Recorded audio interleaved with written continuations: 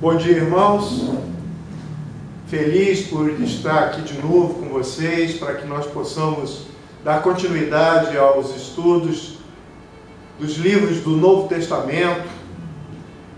É uma oportunidade que a Igreja Cristã Nova Vida de Macaé, através do Centro de Educação Cristã, nos oferece. E nós já tivemos a oportunidade de estudar os 4 evangelhos. Fizemos um sobrevoo sobre os Atos dos Apóstolos, as viagens missionárias do apóstolo Paulo. Chegamos, semana passada, a falar a respeito da carta de Paulo escrita aos nossos irmãos da Igreja de Roma, sua carta aos Romanos. E hoje nós vamos estudar a primeira carta de Paulo, a primeira epístola de Paulo aos Coríntios. Eu queria, como de costume, iniciar esse estudo orando com vocês, pedindo a Deus a sua unção, para que a sua palavra possa penetrar no nosso coração e que a gente possa ter de Deus ensinamentos práticos para a nossa vida. Vamos orar, irmãos? Santo Deus, Pai, nós te agradecemos porque mais um domingo, mais uma oportunidade de estudarmos juntos a tua palavra. Abençoa, Deus, tudo que será falado aqui a respeito dessa carta de Paulo aos Coríntios. Que possamos, ó Deus, aprender e colocar em prática nas nossas vidas. Abençoa a vida de cada irmão, de cada pessoa que verá esse vídeo, para que também possam, ó Deus, de forma intensa, receber do Senhor todas as bênçãos e orientações. É o que eu te oro, agradecido, em nome de Jesus. Amém. Irmãos, essa carta de Paulo, essa primeira carta de Paulo aos cristãos da igreja da cidade de Corinto, ela trata de algumas exortações e também conselhos práticos diante de uma série de problemas identificados e recorrentes entre os irmãos daquela comunidade. Só que não é correto a gente olhar para a carta de 1 Coríntios e considerar que é uma carta exclusivamente de problemas. Temos que observar também que Paulo vai tratar de assuntos, de divergências, de algumas crises que a igreja de Corinto estava passando, mas ele trata com pessoas, com indivíduos que estavam tendo uma nova relação, estavam sendo regenerados através da aceitação de Jesus Cristo. E o princípio que guia essa carta, essa epístola, é a liberdade cristã. Lá no capítulo 6, o apóstolo Paulo, no versículo 12, ele faz a seguinte afirmação: tudo me é permitido, mas nem tudo convém. Tudo me é permitido, mas eu não deixarei que nada me domine. Essa liberdade cristã, deixada clara por Paulo através desse versículo, ela é medida a partir do amor. E Paulo nos presenteou, lá no capítulo 13 dessa carta, com uma linda descrição a respeito do caminho mais excelente que nós podemos trilhar, que é o caminho do amor. E esse princípio de liberdade cristã, medida através e a partir do amor. Ela é também uma liberdade cristã baseada na santidade em Cristo Jesus. Lá em 1 Coríntios, capítulo 3, versos 16 e 17, o apóstolo fala o seguinte: vocês não sabem que são santuários de Deus e que o Espírito de Deus habita em vocês? Se alguém destruir o santuário de Deus, Deus o destruirá, pois o santuário de Deus, que são vocês, é sagrado. Então, Paulo baseia seus escritos, esta carta, nessa liberdade cristã, medida a partir do amor, focada na santidade em Cristo, e o objetivo da carta é ensinar a igreja de Corinto, e aqui eu abro um parênteses, e para dizer que, para ensinar a nossa igreja também, as igrejas cristãs, a enxergar os próprios problemas e resolvê-los, confrontando esses problemas, segundo a palavra de Deus.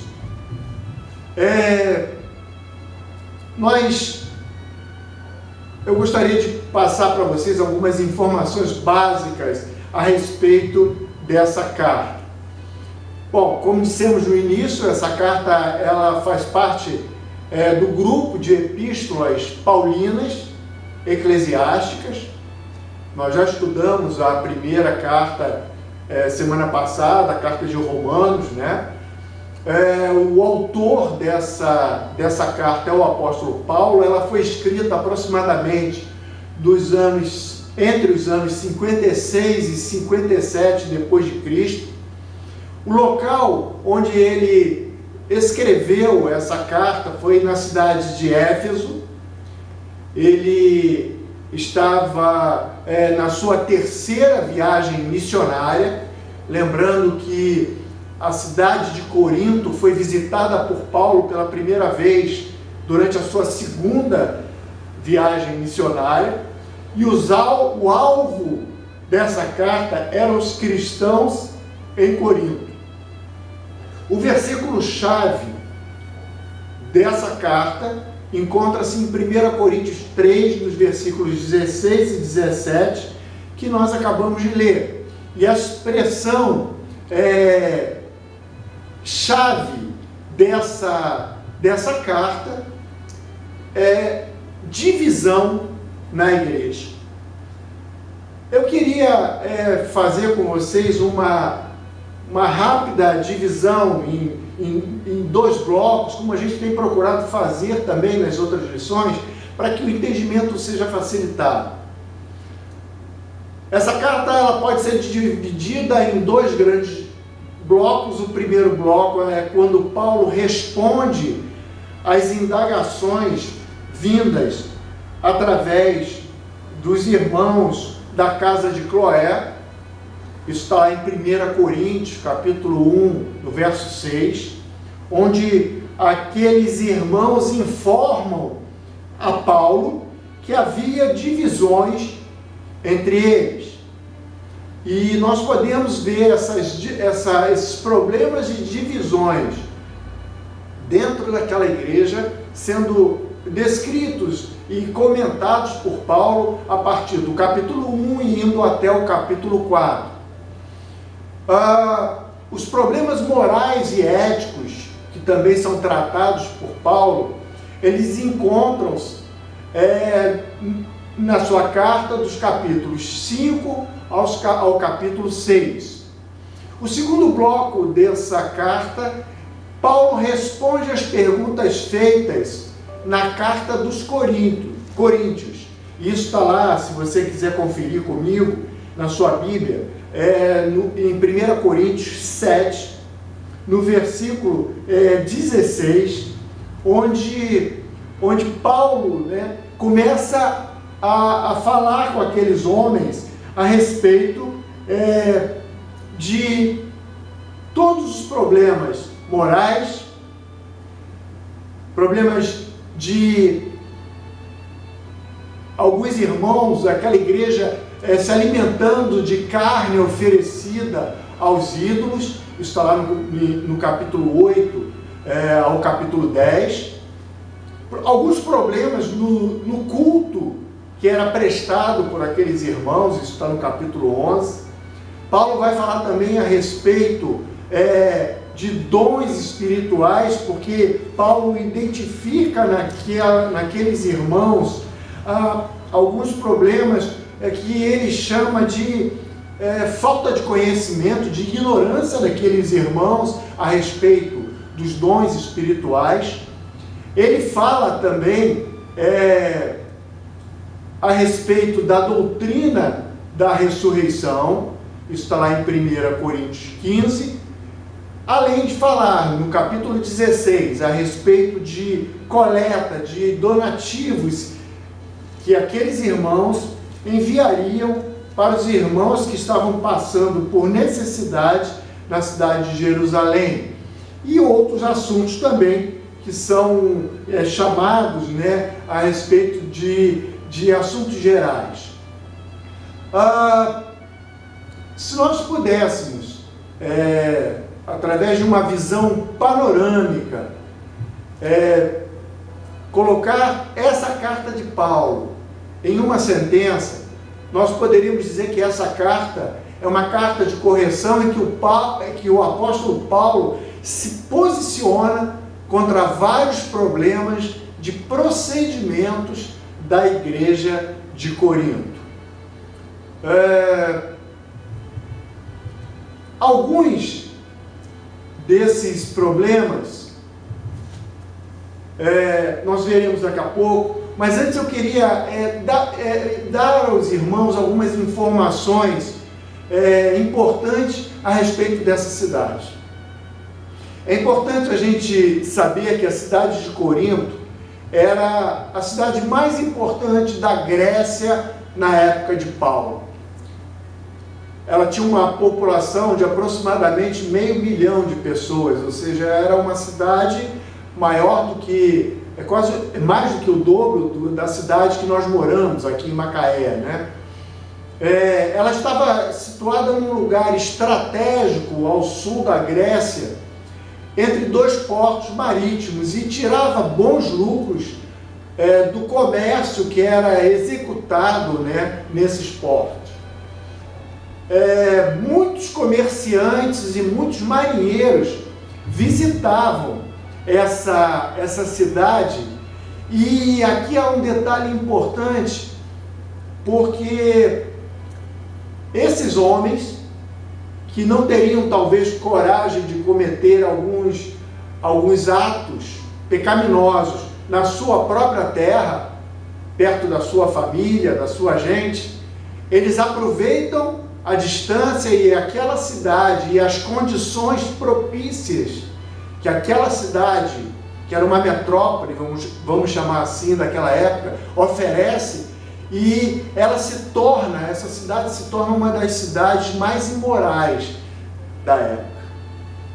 É interessante observar que os habitantes da cidade de Corinto, eles eram, quando se identificavam, eles eram identificados como devassos, por conta de toda essa fama que a cidade teve.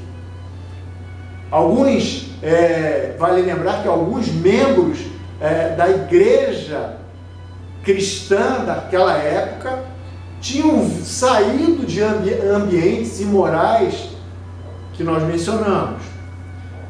Era nessa cidade que ficava o templo de Afrodite, e era um templo servido por 1000 prostitutas, e a cidade era bela, mas a corrupção e a imoralidade, a corrupção era oculta, a imoralidade nem tanto assim, mas era uma cidade que apresentava duas faces. Esse é o cenário. E essa carta de Paulo, ela emergiu como eu falei antes, na terceira viagem missionária do apóstolo. Isso você vai encontrar em Atos 18, dos versículos 23 até o capítulo 21, versículo 14 do livro de Atos dos Apóstolos. Ele estava em Éfeso quando escreveu essa carta. Você pode se certificar disso em 1 Coríntios 16, versos 7 a 9. E Paulo, como eu falei antes, também tinha recebido alguns relatórios, algumas informações de uma família, e essas informações faziam referência a uma série de problemas presentes naquela igreja, além de alguns questionamentos, sobre problemas práticos do cristianismo. Eu queria rapidamente, e eu pediria que você estivesse com a sua Bíblia aberta, falar a respeito de quais eram esses problemas vividos por aquela igreja e tratados pelo apóstolo. O primeiro problema era o partidarismo religioso. Em 1 Coríntios, capítulo 1, lá no verso 10, eu queria que você me acompanhasse nessa leitura. Paulo fala: irmãos, em nome de nosso Senhor Jesus Cristo, suplico a todos vocês que concordem uns com os outros no que falam, para que não haja divisões entre vocês. Antes, que todos estejam unidos num só pensamento e num só parecer. Mas que divisão era essa? Onde esses irmãos discordavam uns dos outros? E aí Paulo dá essa informação lá no versículo 12, onde ele diz: com isso quero dizer que algum de vocês afirma: eu sou de Paulo, ou eu sou de Apolo, ou eu sou de Cristo, ou ainda, eu sou de Pedro. Vemos que havia preferências por aqueles pelos quais aqueles homens tinham recebido o Evangelho. E Paulo é enfático em condenar esse procedimento, e ele diz, lá no versículo 17, pois Cristo não me enviou para batizar, mas para pregar o Evangelho, não porém com palavras de sabedoria humana, para que a cruz de Cristo não seja esvaziada. E ele faz uma pergunta interessante no versículo 13, quando ele diz: acaso Cristo está dividido? Foi Paulo crucificado em favor de vocês?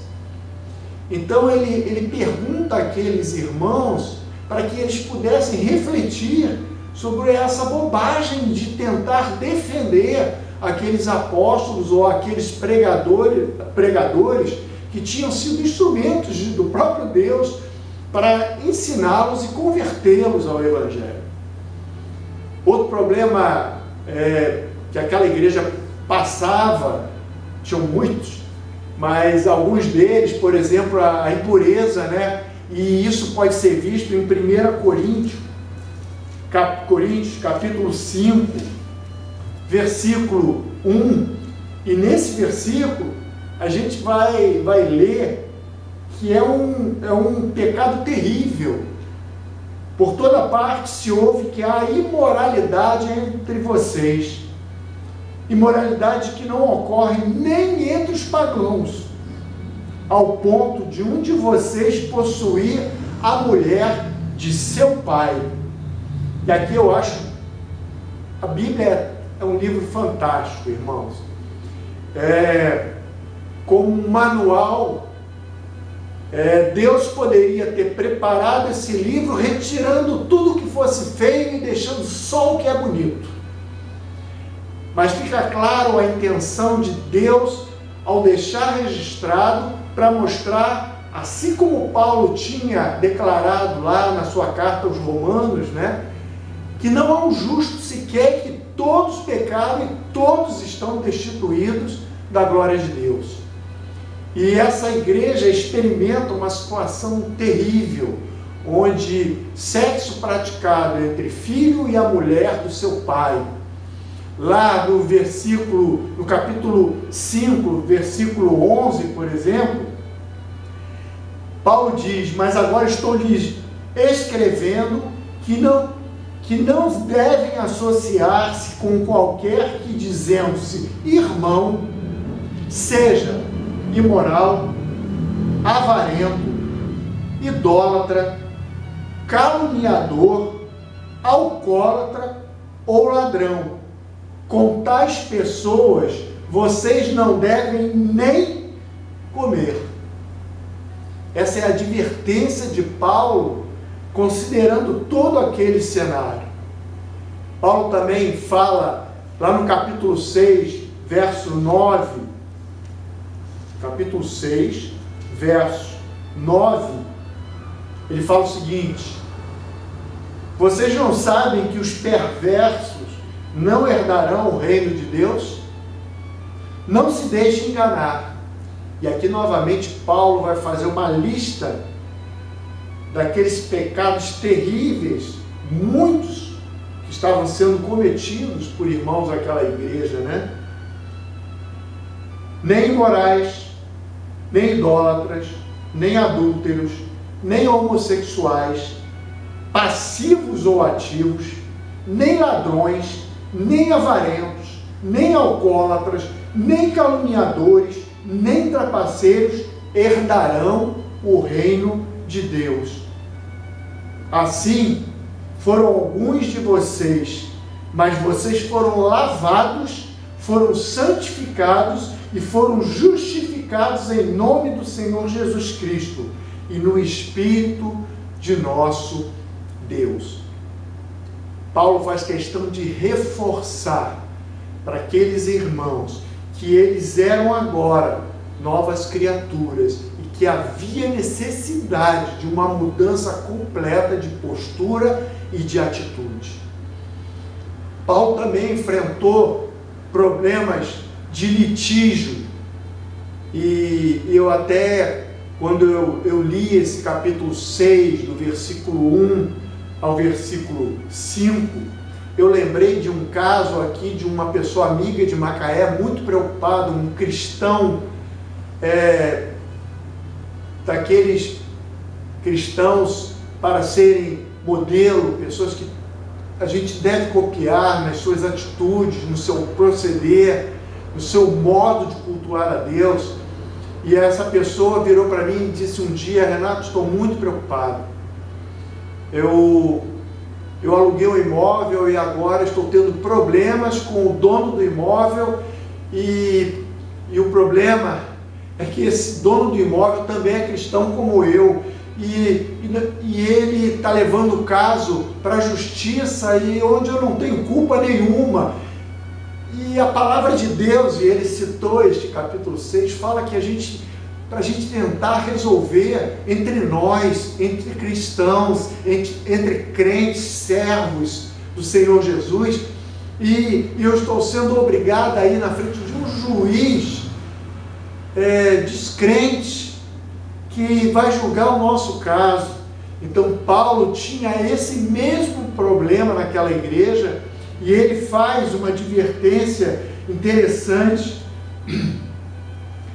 Primeiro advertindo aqueles irmãos, dizendo: vocês não sabem que os santos hão de julgar o mundo? Depois ele reforça no versículo 3 do capítulo 6: vocês não sabem que havemos de julgar os anjos?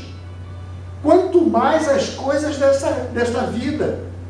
Portanto, se vocês têm questões relativas às coisas desta vida, designem para juízes os que são da igreja, mesmo que sejam os casos menos importantes. Então a instrução de Paulo é clara, e a gente tem que procurar, de todas as formas, tentar colocar isso em prática. E ele ainda, ele nos alerta dizendo: digo isso para envergonhá-los. Acaso não há entre vocês alguém suficientemente sábio para julgar uma causa entre irmãos? Talvez eu esteja falando isso e alguém que esteja me ouvindo está enfrentando esse problema. Eu queria que você orasse a Deus, né, pedindo a Deus sabedoria do alto, para que você, baseado nesse ensinamento de Paulo, você pudesse, se você está passando um problema similar com algum irmão da igreja, que você pudesse encontrar em Deus e com o auxílio talvez de um outro irmão, a resposta e a solução desse problema. Paulo também vai falar no capítulo 7 a respeito de questões do casamento, e ele faz algumas recomendações. A primeira recomendação é que, se pela opinião de Paulo e pela sugestão dele, é que o homem permanecesse solteiro, mas em função por conta da imoralidade, né, ele diz que se case, permaneça casado. Os solteiros e as viúvas, ele faz uma recomendação dizendo lá no versículo 8 do capítulo 7, é bom que permaneçam como eu, ou seja, livres, sem um companheiro. No versículo 10, aos casados, ele faz uma recomendação enfática: não se separe do seu marido. E o marido também não se divorcie da sua mulher. Ele faz algumas advertências também para a mulher, para aquele que tem uma mulher descrente e para aquele que tem um marido descrente. Paulo também faz essas recomendações, você pode conferir a partir do verso 13 do capítulo 7, quais são essas recomendações. Paulo também teve problemas com idolatria. Alguns irmãos, apesar de terem se convertido, continuavam comendo comida sacrificada, carne sacrificada aos ídolos. Isso está lá no capítulo 8. E no capítulo 8, versículo 8 e 9, ele faz uma advertência muito interessante. Ele diz: a comida, porém, não nos torna aceitáveis diante de Deus. Não seremos piores se não comermos, e nem melhores se comermos. Contudo, olha a advertência: tenham cuidado para que o exercício da liberdade de vocês não se torne uma pedra de tropeço para os fracos.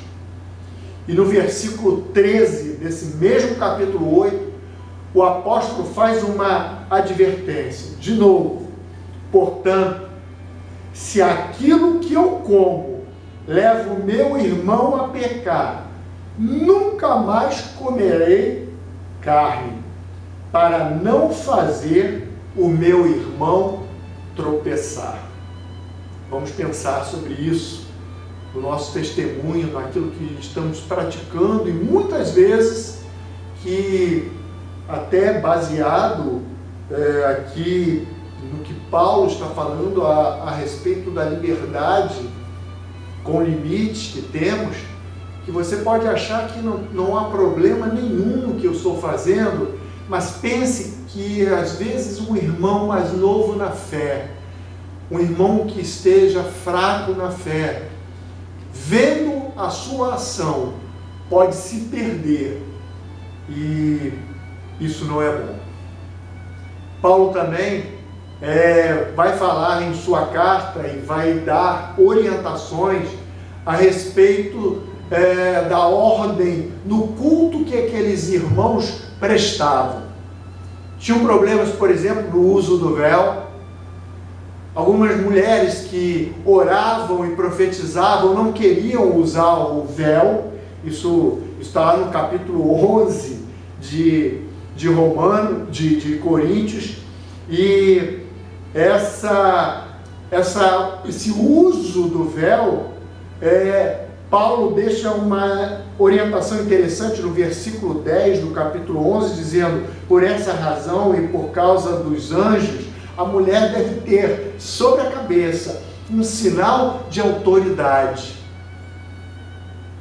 Ele vai ter também, e nós todo mês, nós realizamos um ato similar. Ele tinha problemas durante a ceia do Senhor. Aquele momento quando aqueles irmãos se reuniam para a celebração da ceia, e lá no capítulo 11, a partir do verso 17 até o 34, nós vamos ver que esses irmãos, eles têm um procedimento muito torto. Diferente do modo como hoje nós celebramos a ceia, né, onde pequenos pedaços de pão e cálices de suco de uva são disponibilizados numa mesa aqui, e todos nós somos servidos e juntos comemos e bebemos simbolicamente a carne e o sangue de Jesus. Aqueles irmãos, eles realizavam esse ato, mas o procedimento era diferente, cada um trazia o seu alimento de casa, e Paulo aqui está repreendendo aqueles irmãos, porque alguns rapidamente comiam o que traziam, e ele fala lá no capítulo 11, verso 21, porque cada um come sua própria ceia sem esperar pelos outros. Assim, enquanto um fica com fome, outro se embriaga. Não havia nenhuma preocupação com o seu próximo. Será que vocês não têm casa onde comer e beber? A repreensão do apóstolo, né? Ou desprezam a igreja de Deus e humilham os que nada têm? Que lhes direi? Eu os elogiarei por isso? Certamente que não. E aí Paulo começa a discorrer a respeito do verdadeiro procedimento de um cristão no momento de cear. E aí ele diz: pois recebi do Senhor o que também lhes entreguei.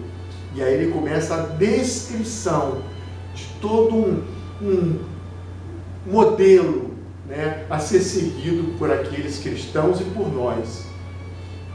Paulo também, nessa questão da ordem no culto, dentro do momento de adoração daqueles irmãos, ele via problemas sérios de confusão, né? Em Coríntios, em 1 Coríntios, capítulo 14, no verso 23, ele faz uma advertência interessante. Alguns de vocês já devem ter lido esse versículo. Assim, se toda a igreja se reunir e todos falarem em línguas e entrarem alguns não instruídos ou descrentes, não dirão que vocês estão loucos? Confusão, todo mundo querendo, talvez até por uma tentativa de mostrar o dom recebido de Deus, mas todos queriam ao mesmo tempo falar em línguas. E Paulo também, nessa carta, ele vai falar, como eu já comentei antes, a respeito dos dons espirituais, mas especificamente o problema, a ignorância sobre os dons espirituais. Capítulo 12, verso 1, ele diz: irmãos, quanto aos dons espirituais, não quero que vocês sejam ignorantes. E ele passa a falar a respeito de que há, no versículo 4, diferentes tipos de dons, mas o Espírito é o mesmo. Há diferentes tipos de ministérios, mas o Senhor é o mesmo. Há diferentes formas de atuação, mas é o mesmo Deus quem efetua tudo em todos. E ele, no versículo 7, ele faz um alerta: a cada um, porém, é dada a manifestação do Espírito visando ao bem comum, ao bem da igreja, crescimento espiritual da igreja e da comunidade. Pelo Espírito, a um é dado a palavra de sabedoria, pelo mesmo Espírito, a outro a palavra de conhecimento, a outro fé, pelo mesmo Espírito, a outro dons de curar, pelo único Espírito, a outro poder para operar milagres, a outro profecia, a outro discernimento de espíritos, a outro variedade de línguas, e ainda outro, interpretação de línguas. E ele termina essa orientação dizendo: todas essas coisas, porém, são realizadas pelo mesmo e único Espírito, e ele as distribui individualmente a cada um como ele quer. Aqueles irmãos da igreja de Corinto, eles possuíam essa liberdade adquirida no momento em que aceitaram o Senhor Jesus, e nós falamos isso semana passada, quando nós mencionamos que pela aceitação de Jesus Cristo nós fomos libertos do pecado, libertos do poder do pecado, apesar dele tentar de todas as formas, ainda insistentemente, lutar contra nós. Paulo vai enfatizar alguns problemas mais polêmicos, por exemplo, essa questão da liberdade cristã, e ele faz sempre questão de deixar claro que ele sempre desfrutou da sua liberdade cristã. Lá em 1 Coríntios 10, no versículo 23, ele vai dizer: tudo é permitido, mas nem tudo convém. Tudo é permitido, mas nem tudo edifica. E ele, lá no versículo 33, ele diz o seguinte, do capítulo 10: também eu procuro agradar a todos de todas as formas, porque não estou procurando o meu próprio bem, mas o bem de muitos para que sejam salvos. E ele faz uma advertência no versículo 32, quando diz: não se tornem motivo de tropeço, nem para judeus, nem para gregos, nem para a igreja de Deus. Que a nossa liberdade cristã não seja motivo de tropeço. Ele preocupava-se muito com essa má compreensão e aplicação prática desse conceito de liberdade cristã. Precisamos lembrar que liberdade não é libertinagem. Por isso ele afirmou lá no versículo 23, de novo: todas as coisas me são lícitas, mas nem todas convêm. Todas são lícitas, mas nem todas edificam. Que possamos prestar atenção nessa orientação. Outra coisa que era algo polêmico na igreja era a questão do uso do véu na igreja, né? Lá em 1 Coríntios 11, 1-16, eu falei rapidamente anteriormente. Aparentemente, se a gente lê rápido o capítulo 11, a gente vai pensar que trata-se do uso ou não do véu na igreja pelas mulheres. Acabou. Mas na realidade, se a gente prestar mais atenção, a gente vai verificar que trata-se de uma relação entre a mulher e o homem segundo uma ordem ordenada pelo próprio Deus. Na época de Paulo, a gente precisa lembrar, quando a gente lê essa carta, que as mulheres usavam véu como sinal de sujeição aos homens. O Evangelho tinha dado àquelas mulheres uma graça, uma liberdade, através da graça, uma liberdade que nunca elas tinham possuído, abolindo essa distinção de sexos quanto à salvação de suas vidas. E você pode, inclusive, conferir lá em Gálatas 3:28, quando é reforçado, porque para Deus não há acepção de pessoas. Então, por conta desse entendimento um pouco distorcido dessa liberdade, as mulheres reclamavam igualdade de condições com os homens em todos os sentidos. E se hoje em dia esse assunto já é polêmico, irmãos, imaginem há quase 2000 anos atrás. E como demonstração clara desse direito que elas tinham adquirido, elas começaram a orar e a profetizar no meio da comunidade, sem véu. E ao fazer isso, elas violaram uma ordem divina que é: Deus é a cabeça de Cristo, Cristo é a cabeça do homem e o homem é a cabeça da mulher. E aqui tem um detalhe interessante, quando o apóstolo diz que a mulher deve ter sobre a cabeça um sinal de autoridade. No Senhor, todavia, a mulher não é independente do homem, nem o homem independente da mulher. Pois assim como a mulher proveio do homem, também o homem nasce da mulher. Então, Paulo termina inclusive essa sua argumentação dizendo: mas tudo provém de Deus. Julguem entre vocês mesmos, é apropriado uma mulher orar a Deus com a cabeça descoberta? Mas aí ele deixa no versículo 16 uma informação interessante.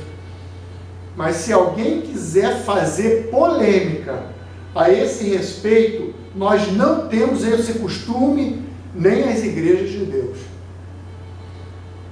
Não vamos polemizar esse negócio, tem que usar véu, não tem que usar véu. Há uma ordem, uma hierarquia estabelecida por Deus em amor, uma hierarquia de dependências. Então, Paulo é claro em dizer, sem polêmicas, sem polêmicas. E eu até lembrei que semana passada, quando nós fizemos o estudo de Romanos, no capítulo 14, 1, ele recomenda aqueles irmãos lá de Roma para que eles evitassem as vãs discussões. O termo que ele usa na realidade é sem discutir assuntos controvertidos. Aceitem que é fraco na fé, se o problema é a questão de fé fraca. Mas precisamos ter no nosso relacionamento, em todas as esferas da nossa vida, em todos os níveis de relacionamento, essa ideia para tomar cuidado com as discussões tolas, que não vão levar a nada. Por causa do entendimento dessa liberdade, então essas mulheres reclamavam, oravam e profetizavam sem véu, e o apóstolo Paulo, com seu jeito todo especial, chama a atenção delas. Outra coisa é o dom de línguas, outro assunto polêmico, nos dias de hoje também. Os crentes de Corinto sofriam com o mau uso do dom de línguas. Por isso, Paulo definiu alguns princípios para o uso desse dom na igreja. E aqui é uma lista que Paulo faz. Então, por exemplo, esse dom, eu não sei se você observou na hora que eu li os dons, é o último dom da lista.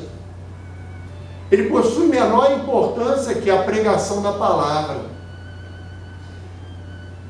Ele deve ser seguido de interpretação, para que não haja confusão. Paulo diz lá em 1 Coríntios 14, 19, 5 palavras entendidas valem mais que 10.000 em outras línguas. Ela servia de sinal para os descrentes. Está lá em 1 Coríntios 14, 22. E ele dá uma instrução dizendo que somente 2 ou 3 poderiam falar em um culto sucessivamente, não na mesma hora, para que justamente fosse preservada a ordem e a disciplina. Lá no capítulo 14, Paulo fala no versículo 33 o seguinte, ele diz: pois Deus não é Deus de desordem, mas de paz, como em todas as congregações dos santos. E ele termina lá no versículo 40, falando a respeito dessa questão de ordem do culto, dizendo: mas tudo deve ser feito com decência e ordem. E aqui, essa palavra ordem, na nossa bandeira existe a expressão ordem e progresso. E infelizmente no nosso país nem tudo é ordem. E por conta disso, desse caos político, social que vivemos, às vezes a gente traz para dentro da igreja uma certa rebeldia e nós somos intolerantes com relação à hierarquia, às autoridades, autoridade do nosso pastor, do nosso líder. E Paulo está aqui advertindo: tudo deve ser feito com decência e ordem. Concluindo, irmãos, esse rápido estudo a respeito dessa carta de Paulo, a primeira carta de Paulo aos cristãos de Coríntios, o ensino e o desejo de Paulo era que aquela igreja abandonasse toda a prática pecaminosa e retornasse à consciência de que Cristo é o cabeça da igreja. Concluído essa lição, irmãos, o ensino e o desejo de Paulo era que a igreja abandonasse toda a prática pecaminosa e retornasse à consciência de que Cristo era o cabeça da igreja. Essa epístola deixa claro que nós formamos o corpo de Cristo e cada um de nós é parte importante desse corpo e possui uma diversidade. Lá no capítulo 12, a partir do verso 12, Paulo vai colocar que a igreja de Cristo é um corpo e cada um de nós somos uma parte importante disso. E ele diz no versículo 14 que o corpo não é feito de um só membro, mas de muitos. E daí a importância de que nós procuremos ter uma vida prática, uma vida cristã que abençoe, que sirva de testemunho para que outros possam aceitar o Evangelho, vendo na nossa vida, através do nosso testemunho, o que o Senhor Jesus fez e transformou a nossa vida, e que a gente não sirva, como Paulo deixou bem claro, de tropeço para ninguém, para que nós possamos fazer parte de uma igreja forte, uma igreja sadia. Essa epístola pode ser observada como um manual prático da vida cristã. Ela demonstra que os crentes não estão livres dos dissabores, que todos nós estamos sujeitos, infelizmente, a deslizes, e deslizes principalmente nessa convivência na comunidade, não é verdade? Mas que nenhuma igreja é suficientemente boa a ponto de não errar, e também suficientemente ruim a ponto de não poder ser corrigida. A igreja de Jesus, ela subsiste, a igreja de igrejas locais que buscam o crescimento diante do aprendizado com os possíveis erros cometidos. Que possamos lutar e nos esforçar para não cometer erro, mas que, se uma vez cometermos, possamos ser e seremos, se assim quisermos, e pedimos ao Senhor perdão pelos nossos pecados, arrependimento, correção e retorno ao caminho. Que Deus possa nos abençoar e possa utilizar essa carta maravilhosa para que ela possa nos ajudar nessa caminhada cristã. Eu queria orar, encerrando esse estudo com vocês. Santo Deus, Pai, te agradecemos pela Tua palavra. Ela nos confronta, ela nos exorta, ela nos aponta o caminho. Que possamos, ó Deus, ter sabedoria do alto para discernir todas as coisas. Que não sejamos pedras de tropeço para os irmãos e para aqueles que nos cercam. Que possamos ser cristãos, praticantes da palavra, e que tenhamos prazer em estudar a cada dia a Tua palavra. Oramos assim em nome de Jesus. Amém.